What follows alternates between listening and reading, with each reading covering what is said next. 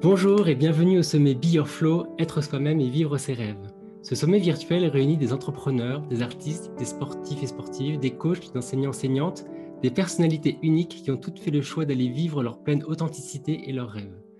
Toutes ces personnes inspirantes de par leur parcours, leur courage, leur détermination à aller vivre leur vie en étant eux-mêmes, viennent partager leur expérience et leur apprentissage pour nous éclairer sur le chemin de la réalisation de nos propres rêves et de notre propre vie. Je suis Olivia Kolbock et mon intention pour ce sommet virtuel est, grâce à ces témoignages forts et divers, de vous inspirer, auditorices, de vous donner de la force, du soutien, mais aussi des pratiques pour être pleinement dans votre mouvement vers l'expression la plus authentique de vous-même et la construction de vos rêves. Aujourd'hui, j'ai la grande joie de recevoir Loïs Walter pour nous inviter à sortir de l'ombre. Danseur et artiste de scène de plus de 10 ans de carrière, après avoir croisé le chemin du Cirque du Soleil, de l'équipe de Michael Jackson, dansé sur un zénith jusqu'à la Cigale, Loïs est aujourd'hui coach en vente. Selon Loïs, si on ne se vend pas, on n'existe pas. Et selon lui, il est resté trop longtemps dans l'ombre. Sa phrase est le nom de son programme 2021, Sortez de l'ombre. Bonjour Loïs. Bonjour, bonjour Olivia, et merci de m'accueillir. Eh C'est bien, une écoute, belle présentation. merci à toi. Je suis vraiment très, très heureuse d'être avec toi aujourd'hui pour échanger justement sur ce sujet d'être soi-même dans son flow et d'aller réaliser ses rêves. J'ai envie de commencer directement l'introduction par qu'est-ce que ça signifie pour toi être soi-même? Tu sais, je suis passé par beaucoup d'étapes par rapport à cette question, parce que c'est une question qui m'a été beaucoup posée, et que je me suis beaucoup posée aussi.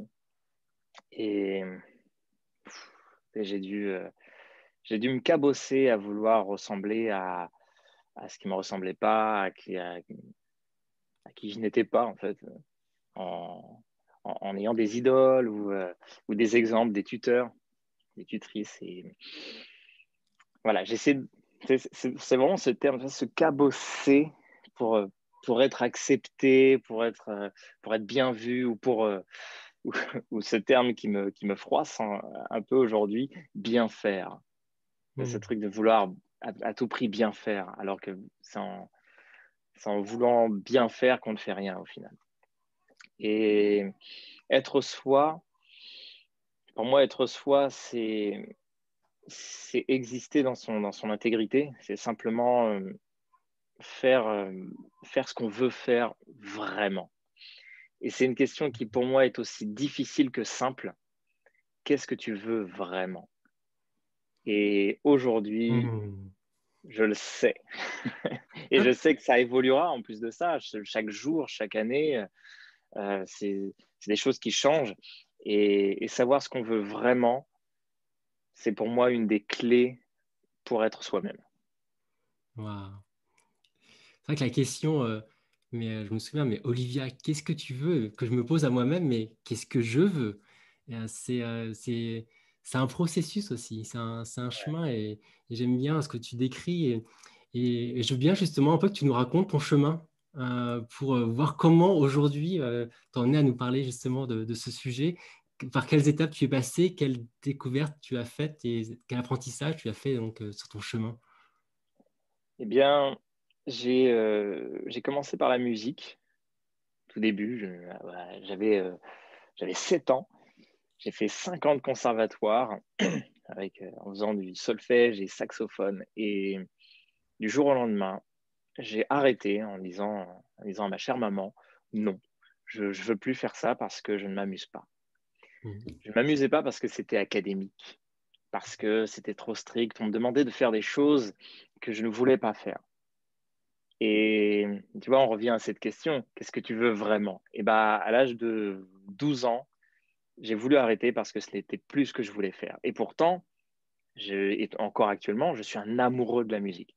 J'adore, je berce mes journées en musique, je fais beaucoup d'outils de coaching avec la musique. Pour moi, tout est rythme.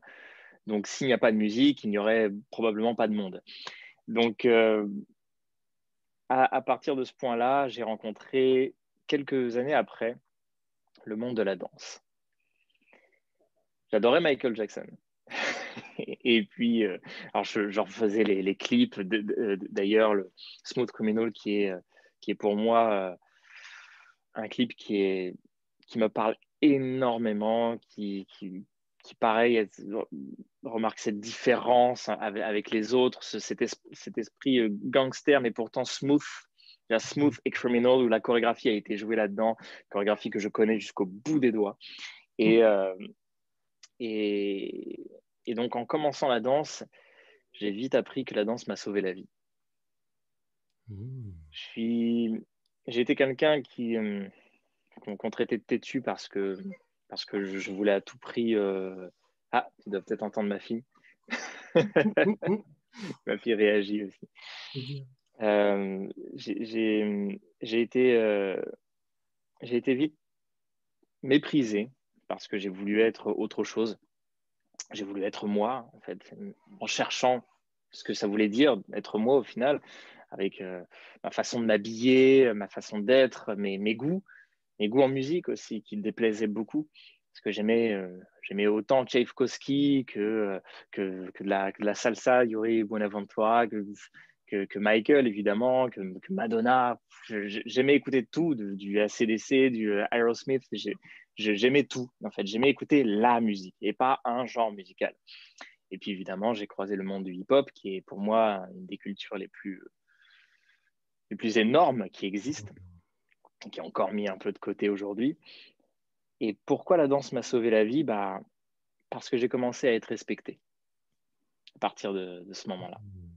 Quand ce professeur de danse m'a fait « Oh, ce que tu fais est top.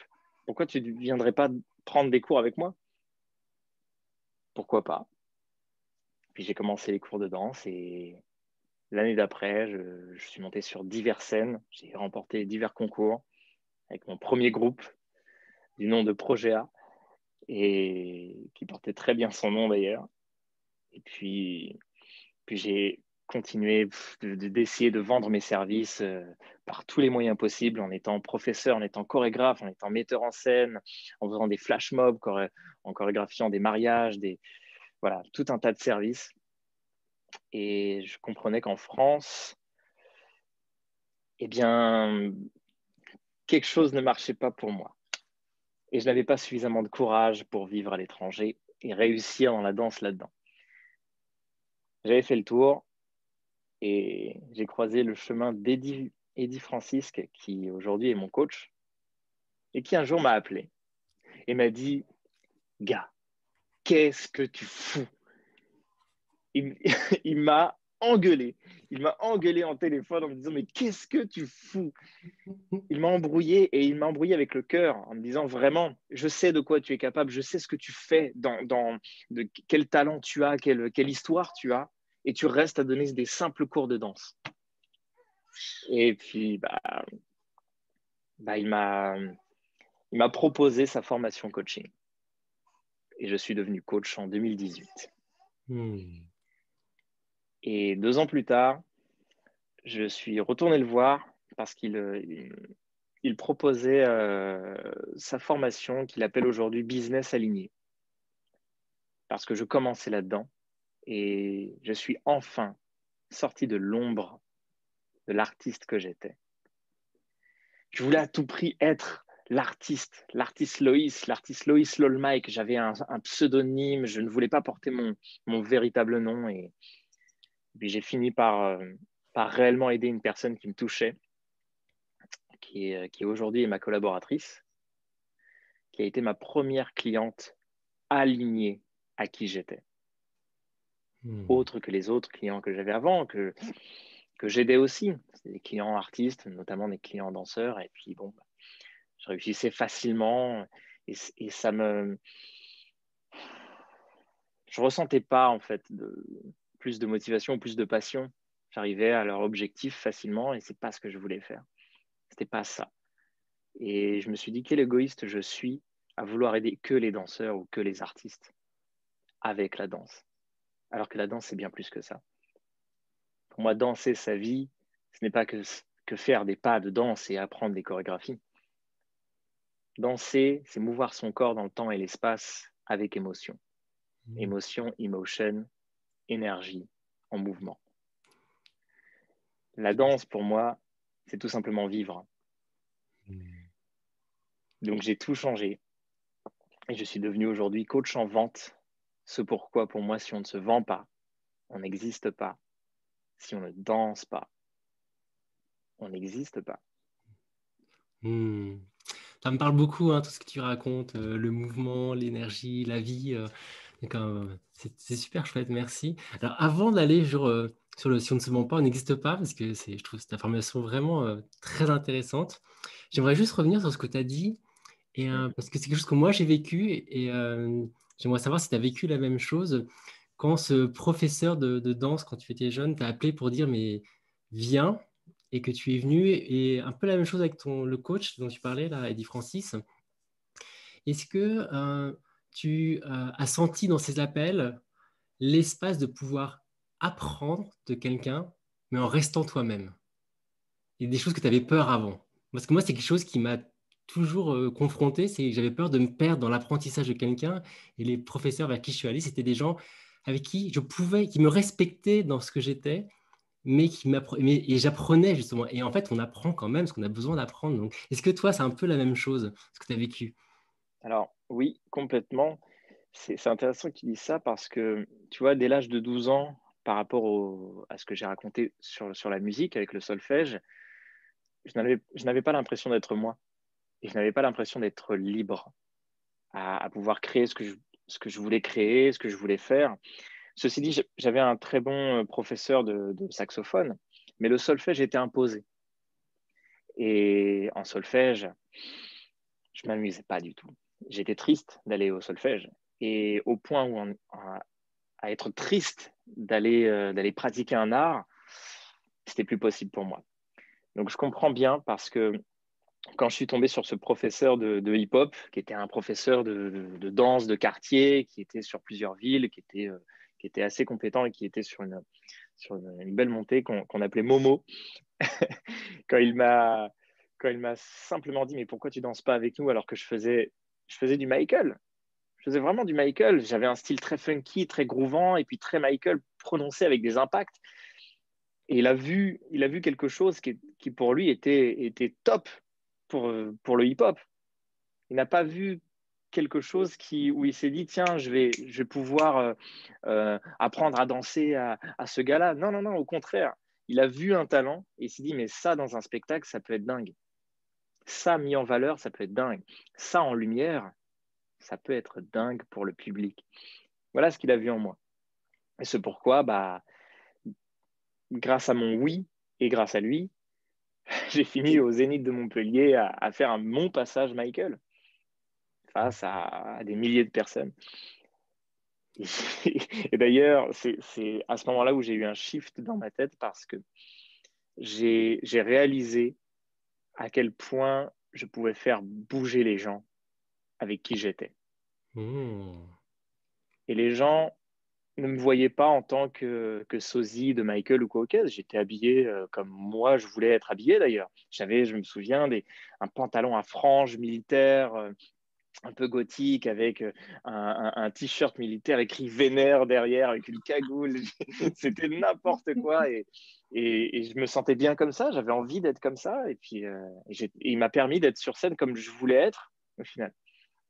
Et même si je faisais du Michael, bah, c'était moi, c'était Loïs qui dansait. C'était Hmm. pas Michael, c'était moi. Même si je reprenais des pas que j'aimais d'autres artistes. J'ai fait tellement crier le public que j'entendais pas le retour sur scène. c'est c'est très délicat, faut bien connaître. Ah, faut Vraiment, pas perdre ouais, le j'avais plus tempo. rien, j'entendais plus rien. Donc je le faisais avec mon corps, quoi, même si je n'entendais plus. Bah, ce moment-là, ça m'a fait comprendre énormément de choses. Je me suis dit, mais en fait, je peux impacter en étant moi. Hmm.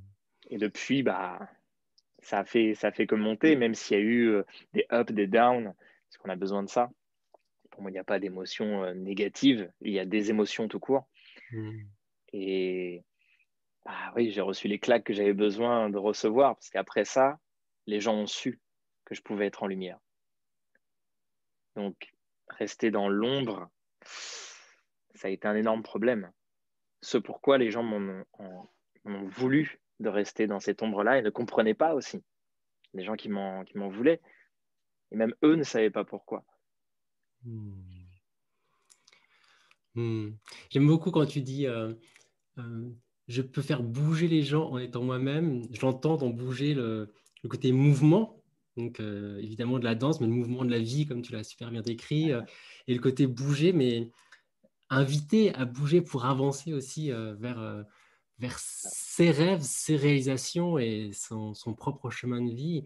Et d'ailleurs, tu le dis très bien, justement, tu as eu des ups, des downs, mais et cette notion de chemin, comment tu la qualifierais pour toi, d'être soi-même sur un chemin finalement? J'ai compris que de ce que tu dis, et je suis assez d'accord, c'est obligatoire. Et j'aime beaucoup aussi quand tu dis il n'y a pas d'émotions positives ou négatives, il y a des émotions.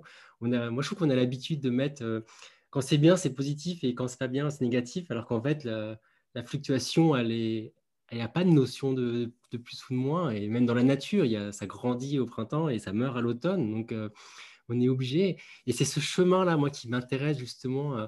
Toi, comment tu l'abordes, tu l'as abordé et comment tu continues à l'aborder, ce chemin d'être toi-même.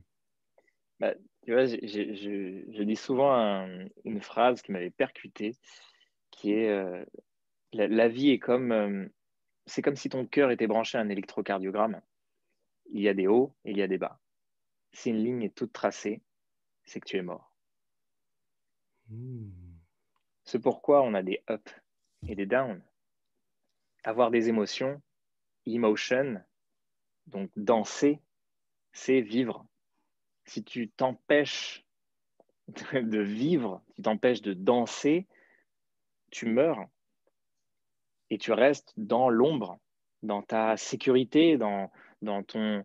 Ce qu'on nous oblige un peu en ce moment d'ailleurs avec ce couvre-feu, mais voilà, le fait de rester chez nous, de rester à notre place, de rester dans des cases conventionnelles, je ne sais pas, ou des cases sociales qui, moi, me plaisent pas, m'inspirent pas. Donc, ouais, je dirais, ce parcours, je me sens en vie, en fait. Je me sens en vie au moment où j'ai des émotions, au moment où je suis en colère, au moment où je suis triste. Parfois, j'ai envie d'être triste.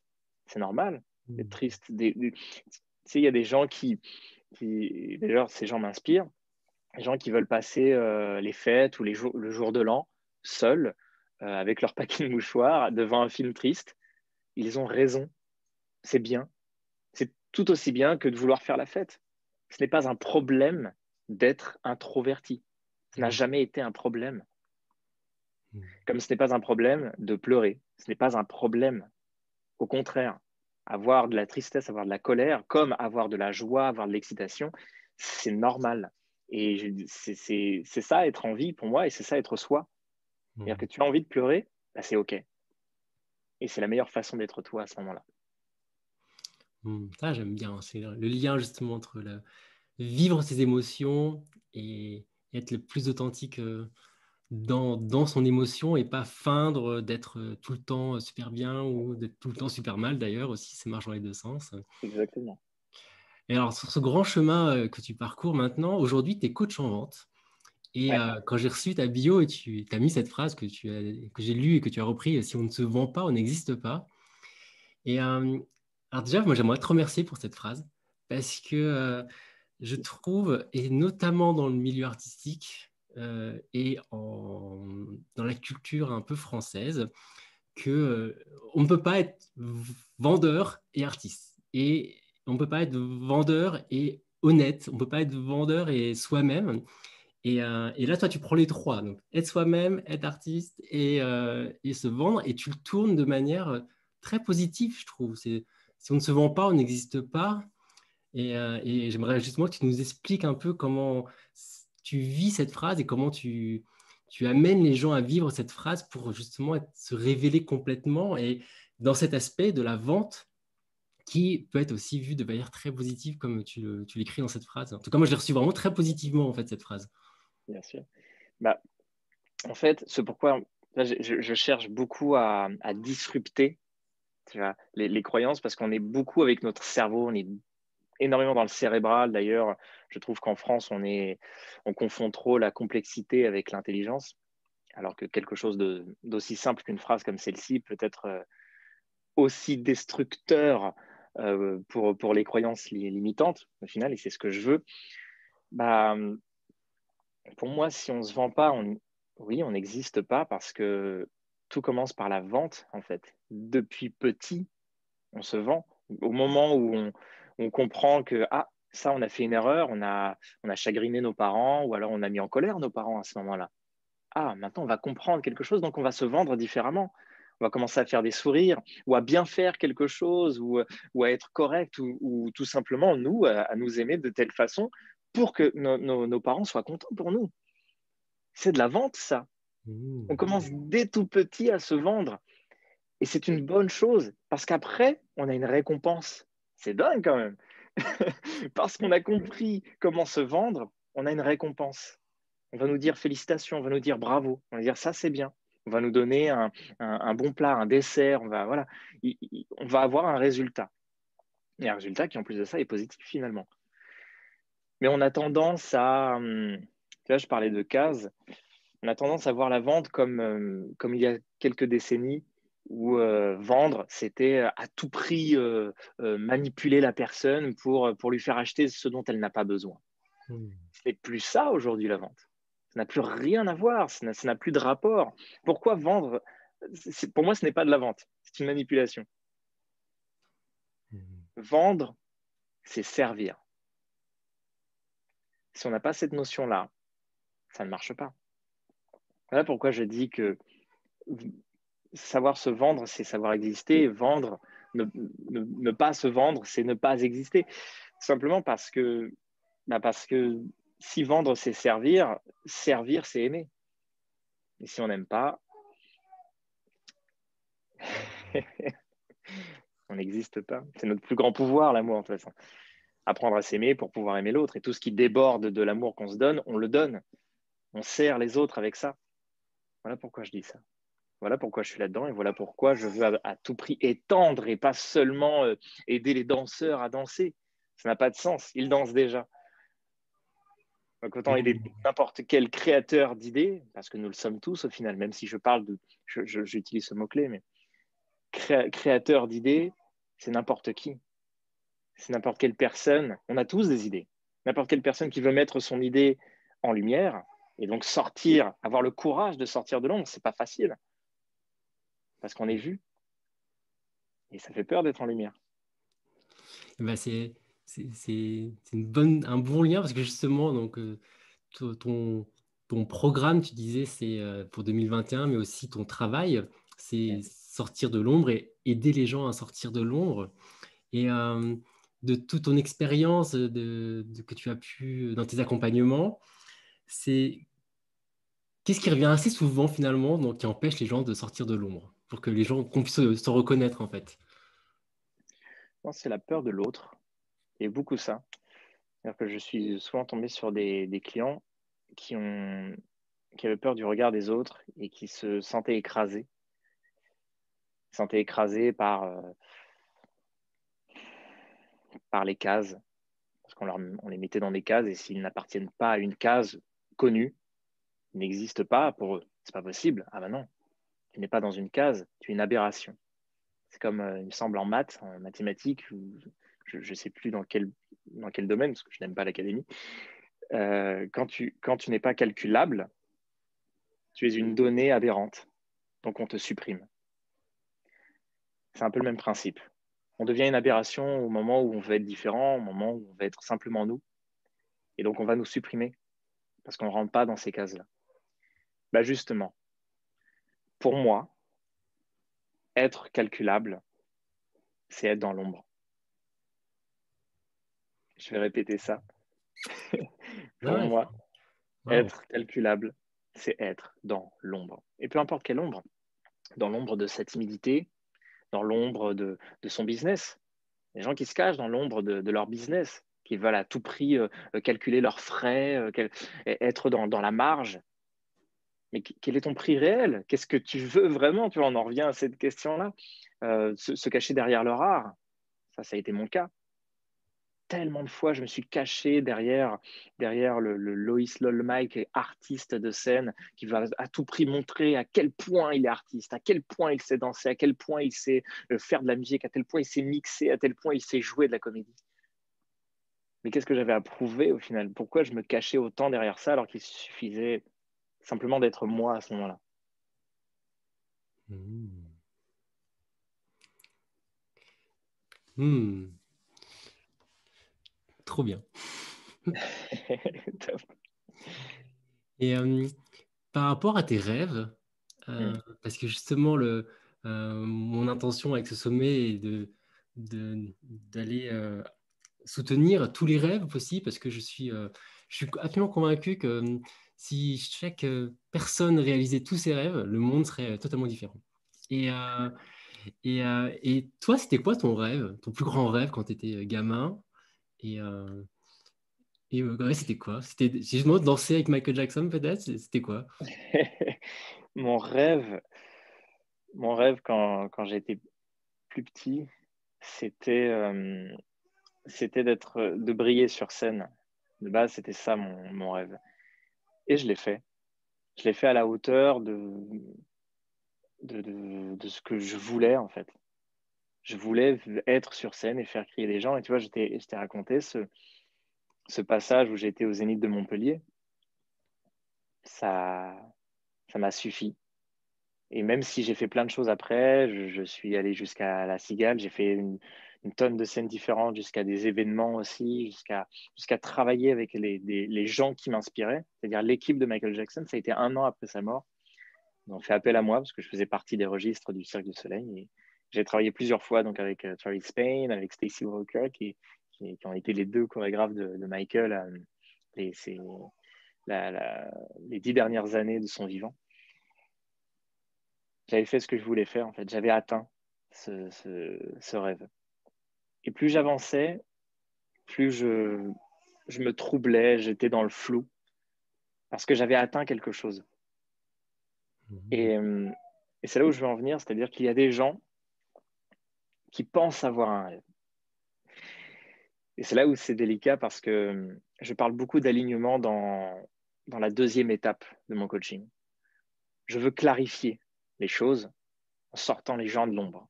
Mais une fois que tu es sorti, une fois que tu as clarifié, quel est ton alignement? Dans quoi tu t'alignes réellement? Quel est ton réel rêve? Qu'est-ce que tu veux maintenant, vraiment, maintenant que tu as accompli ça? Quelle est la suite? Tu vois, c'est comme cette pyramide de Maslow. Là, à la fin de la pyramide, elle peut s'inverser et monter bien plus haut encore et voir des choses bien plus grandes que nous. Parce que le sommet, c'est normalement nous. C'est notre accomplissement final. C'est là où c'est le fait d'être qui nous sommes aujourd'hui. Mais il y a une suite. Et c'est là où, tu vois, il y a des gens qui vont l'appeler le plafond de verre. Il y a des gens qui vont se dire, bah, c'est bon, j'ai tout fait, qu'est-ce que je peux faire maintenant? Il y a des gens qui parlent de dépression aussi, qui se disent, bah, je te garantis qu'il y a des millionnaires qui dépriment parce qu'ils ne savent plus quoi faire, parce qu'ils ont déjà monétisé, ils ont déjà fait des augmentations de profits, ils ont capitalisé des choses et maintenant, qu'est-ce qu'ils font? Ils n'ont pas atteint leur rêve ultime, c'est-à-dire la suite de ça. Et c'est là où moi, j'ai enfin trouvé, c'est cette dernière année, mon rêve ultime. Et moi, mon rêve aujourd'hui est d'accompagner maintenant une personne jusqu'à derrière le rideau. Tu vois cette image d'être derrière le rideau et de voir la scène, et de Moi, je dire, connais pas. bah voilà, on y est, c'est à toi. On a fait tout le chemin ensemble, maintenant c'est à toi de monter et de monter seul. Je ne vais pas t'accompagner jusqu'à là. Je t'accompagne jusqu'au rideau. Mais là, c'est à toi de briller. Moi, je l'ai déjà fait. Ça, c'est super chouette, parce que moi, je me souviens dans mes rêves, que j'étais petite, je me suis rendu compte, mais plus tard, hein, plutôt adulte, qu'il y a des rêves que je n'allais pas faire parce que j'avais peur qu'il n'y ait plus après. Et, et je te remercie justement de proposer, de partager ta vision de si, après les rêves, il y a encore d'autres rêves qui sont un peu différents peut-être même, Ouais. qui sont beaucoup moins unitaires de ce que j'entends, mais plus anti-terre. Et je trouve ça chouette parce que c'est vrai qu'on se dit, mais une fois que j'aurais réalisé, qu'est-ce que je vais faire? C'était mon objectif de vie, mais après, non, après, il y a encore d'autres choses. Et ça, c'est vraiment chouette. Donc, merci, merci de nous partager justement ton expérience parce que c'est en ça justement où je trouve que c'est inspirant, c'est que des gens qui ont déjà traversé la rivière peuvent te dire de l'autre côté, bah, tu peux venir, t'inquiète pas, il y a quelque chose derrière de l'autre côté. Donc, C'est pas fini. Il y a plein d'autres choses encore. Ce n'est que le début. et justement, toi, qu'est-ce que ça te procure aujourd'hui, ou t'as procuré et continue de te procurer, de réaliser tes rêves? C'est, ça fait frissonner. On a vraiment cette sensation d'avoir accompli quelque chose et en même temps de ne pas s'en rendre compte. C'est très particulier hein, comme sensation de se dire, ça y est, j'ai fait ça. Et maintenant? C'est très bizarre parce qu'on se dit, j'ai pas l'impression d'avoir vécu le truc dingue. D'ailleurs, ils en parlent dans ce super film d'animation Soul de Disney. Ils parlent de quelque chose qui est très similaire aussi, même si le sujet est très délicat, mais ça m'a parlé, ce qu'il raconte dans ce film-là. C'est un peu le même principe, c'est-à-dire que j'ai réalisé quelque chose sur lequel je me suis attaché en fait. Et l'attachement, ce n'est pas de l'amour. C'est pourquoi je parle d'alignement, parce que je vais très profondément sur. Je parle souvent de mes deux premières séances, parce que je veux tout débloquer en deux premières séances pour qu'ensuite tout le reste, ça soit de l'action et de l'amusement. Et qui est du recadrement, qui est vraiment du challenge et que ça avance à ce moment-là. Et les deux premières séances, pour moi, c'est des moments où on se doit d'aller le plus profond possible, de voir notre douleur, notre amour pour nous, dans quel alignement on se doit être. Et puis, le moment où ça s'est fait et qu'on a enfin lâché ce poids, enfin lâché ce passé, en fait, de faire le deuil. Tu vois comme les gens qui ne dorment pas la nuit, par exemple, ou qui ne dorment pas tout court et qui ont du mal à dormir, ce sont des gens qui ont peur du deuil, qui ont peur justement de laisser mourir certaines choses. Et à l'inverse, ceux qui dorment beaucoup, c'est des gens qui veulent peut-être moins être en lumière et moins s'exposer, moins s'exprimer et aiment justement le deuil et aiment justement se laisser mourir. Bien. Hmm.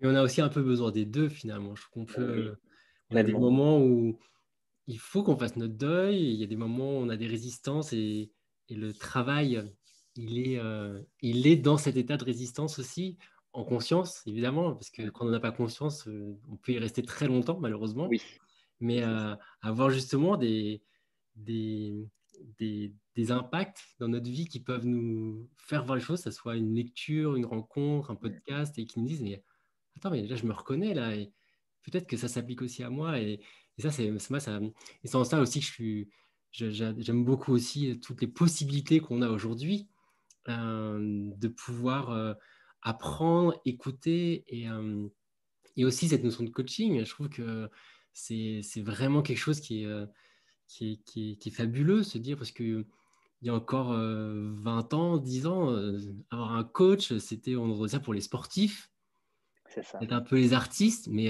alors qu'en fait, c'est formidable. Je trouve aujourd'hui, mais j'ai envie d'aller explorer cette part de moi pour être moi-même finalement. Et ben, il y a des gens qui ont déjà fait ce chemin, qui peuvent m'accompagner, et je trouve ça trop, trop bien, et je trouve ça vraiment formidable justement dans cette recherche d'être soi, tout ce qui est à notre disposition. Eh oui. Alors justement, comment on peut te retrouver? Parce que ça donne bien envie tout ce que tu racontes et ton accompagnement. Alors comment ça se passe? Déjà, où est-ce qu'on peut te retrouver? Eh bien, maintenant que j'utilise enfin mon véritable nom, et que ça a été un long processus pour moi. Parce que comme je le disais, je m'appelais Loïs Lolmike avant, parce que c'était vraiment mon nom d'artiste. Aujourd'hui, je m'appelle Loïs Welter et on peut me retrouver ainsi. D'ailleurs, j'ai mon site internet, j'ai mes réseaux, on me retrouve sur mes réseaux. J'utilise beaucoup Instagram et Facebook. C'est les deux réseaux que j'utilise le plus, avec LinkedIn maintenant. Je commence à bien me familiariser avec. Donc, où est-ce qu'on peut me retrouver maintenant que, bon, c'est toujours un peu délicat de se voir en présentiel, mais j'ai des moyens. J'ai des moyens pour pouvoir être en présentiel. Donc pour le moment, c'est en négociation, mais oui, on peut me retrouver sur les réseaux. On peut me retrouver sur mon site internet et on peut me retrouver par mon adresse mail qui est contact@loisvelter.com.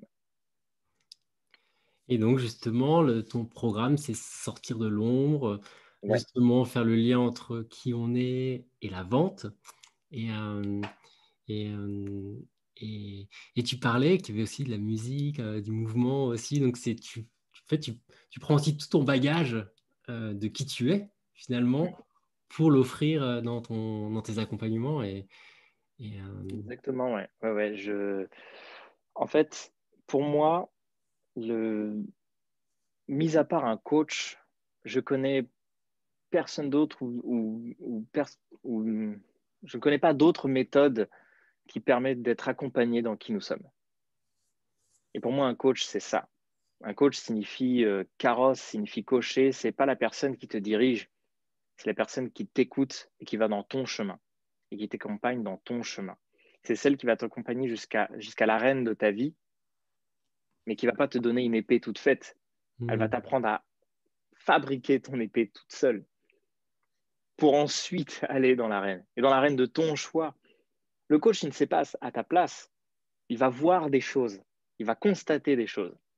C'est comme sur une bouteille, tu vois, le liquide à l'intérieur ne sait pas ce qu'il y a écrit devant. Un coach, lui, il voit. Il pourra te dire, en fonction de ce que tu lui dis, il va être à l'écoute, il va t'écouter profondément. Et s'il voit que tu as la moindre émotion, il va y aller avec toi.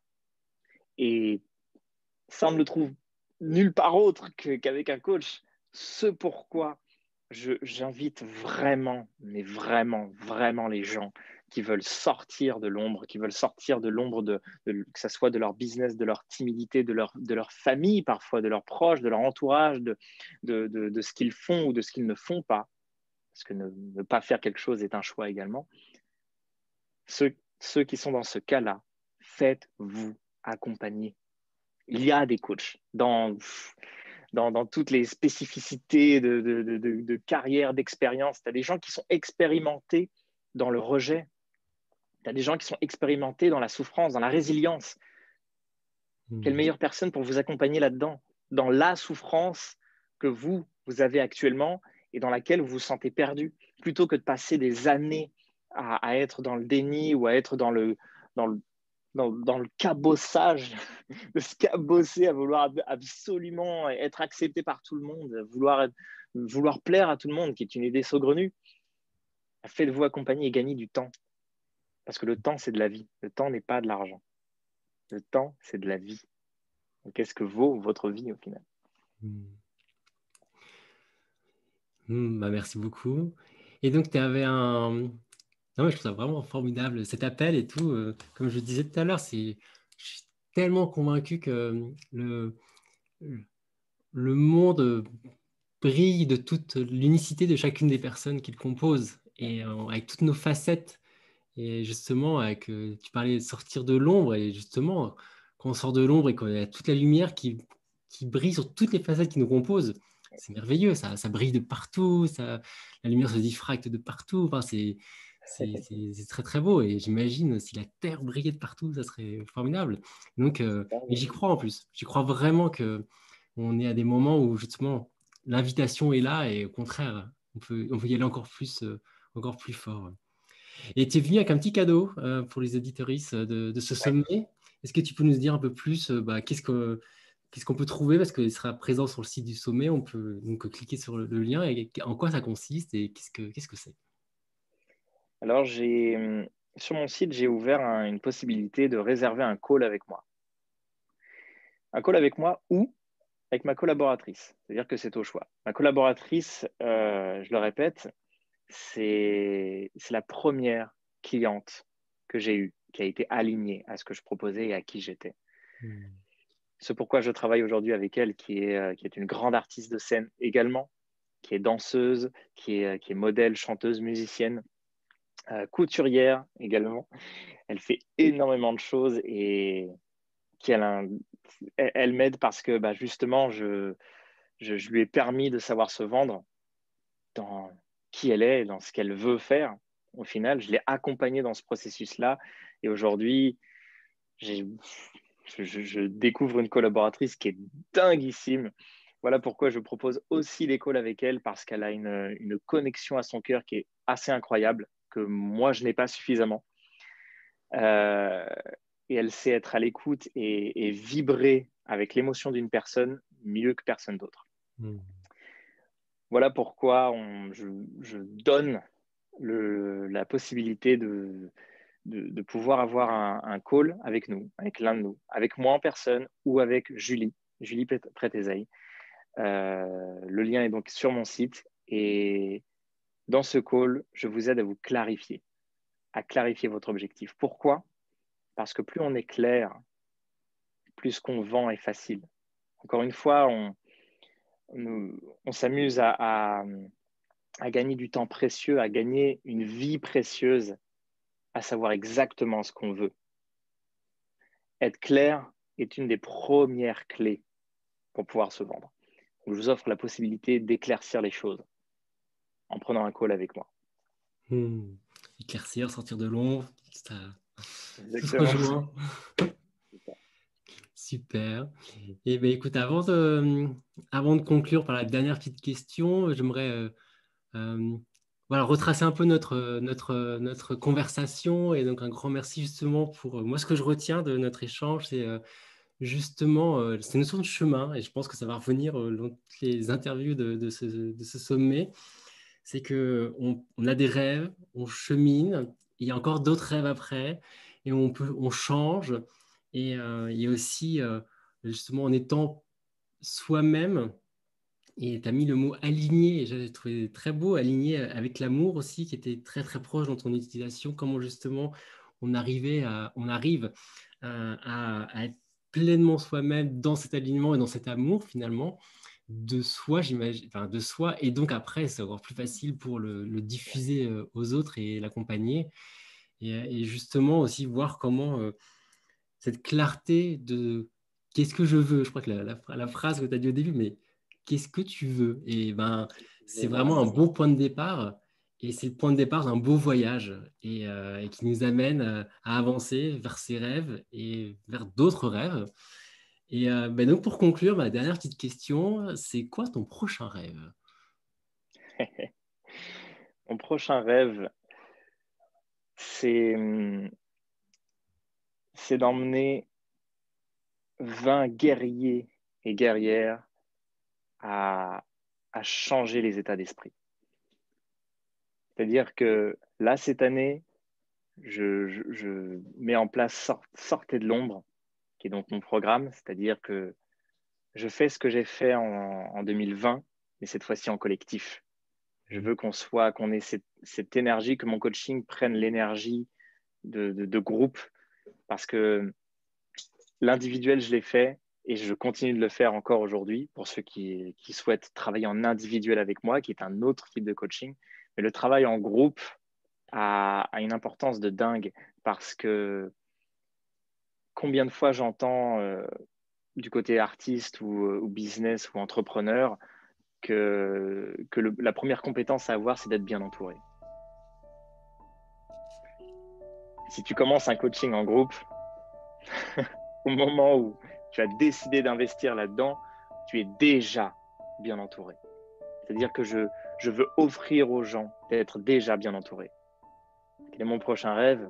Ben, c'est ça. C'est qu'à la fin de cette année, il y ait des guerriers et des guerrières en place qui se connaissent les uns les autres et qui peuvent créer ensemble.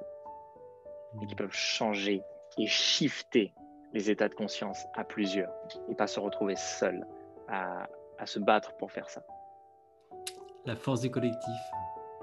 Exactement. Loïs, un grand merci à toi. C'était vraiment passionnant d'échanger avec toi. Et puis, bah, écoute, je te souhaite bonne continuation et merci pour ta participation au sommet.